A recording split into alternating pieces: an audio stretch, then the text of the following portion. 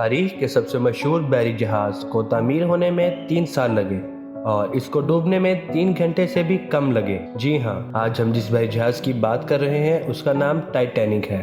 Titanic اپنے دور کا بہت ہی خوبصورت اور لگژری جہاز تھا جو کہ 10 اپریل 1912 کو انگلینڈ سے نیو یارک کے لیے نکلا، جو اس کا پہلا اور آخری سفر تھا۔ اس کا وزن 46,000 ٹن تھا اور اس کو تقریباً 15,000 لوگوں نے بنایا۔ اس جہاز میں اپنے دور کے بہترین حفاظتی انتظامات تھے اور اس کو کبھی نہ ڈوبنے والا جہاز کہا گیا۔ اس پر حد سے زیادہ اعتماد کا ایک نتیجہ یہ بھی تھا کہ اس کے سفر کے دوران مسافروں کی حفاظت کے لیے کوئی حفاظتی مشقیں نہیں کی گئی۔ اس میں 64 لائف بوٹس تھیں جو کہ ایمرجنسی کے دوران تمام مسافروں کی حفاظت کے لیے ناکافی تھیں۔ ٹائٹینک میں فرسٹ کلاس کے مسافروں کے لیے اعلیٰ درجے کی عیش و آرام موجود تھی، جس میں ہیٹڈ سوئمنگ پول، 2 باربر اور اسٹیٹ آف دی آرٹ جم موجود تھی۔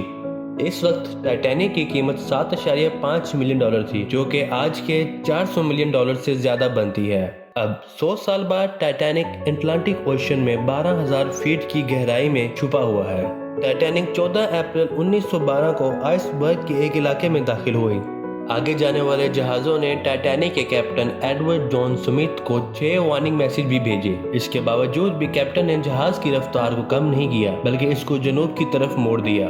رات 11:40 پر فیڈرک فلیٹ نے ٹائٹینک سے فوراً آگے ایک آئس برگ دیکھا۔ فرسٹ آفیسر ولیم نے اسٹیئرنگ کو گھمانے اور انجن کو الٹا چلانے کا حکم دیا، لیکن بہت دیر ہو چکی تھی۔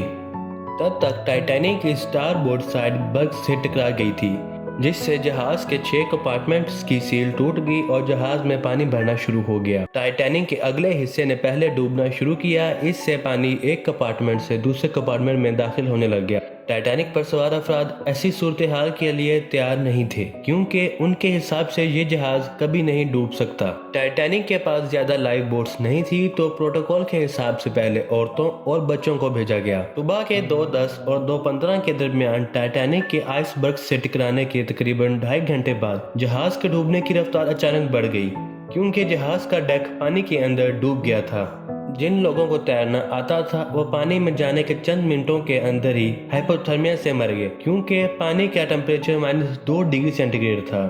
یہاں ایک اور چونکا دینے والی بات پتہ چلتی ہے کہ ڈوبنے والوں میں سے صرف 5 کو ہی لائف بوٹ سے مدد کی گئی، جبکہ لائف بوٹ میں تقریباً 500 افراد مزید بیٹھ سکتے تھے۔ ڈسٹریس سگنل وائرلیس کے ذریعے بھیجے گئے اور مدد کے لیے آسمان میں راکٹ بھی چھوڑے گئے، لیکن بدقسمتی سے اس وقت کوئی جہاز اتنا قریب نہیں تھا کہ ٹائٹینک کے ڈوبنے سے پہلے آ سکے۔ یہاں آپ کو ایک حیران کر دینے والی چیز پتہ چلتی ہے کہ ایک جہاز SS کیلیفورنیا جو کہ ٹائٹینک کے قریب تھا، اس نے راکٹ دیکھے تھے، مگر انہیں لگا کہ ٹائٹینک میں امیر لوگ سفر کرتے ہیں تو وہ پارٹی کر رہے ہوں گے، اس لیے انہوں نے کوئی رد عمل نہیں دیا۔ صبح 4 بجے RMS کارپیتھیا ٹائٹینک کی ڈسٹریس کال کے جواب میں اس جگہ پہنچا تو بہت دیر ہو چکی تھی۔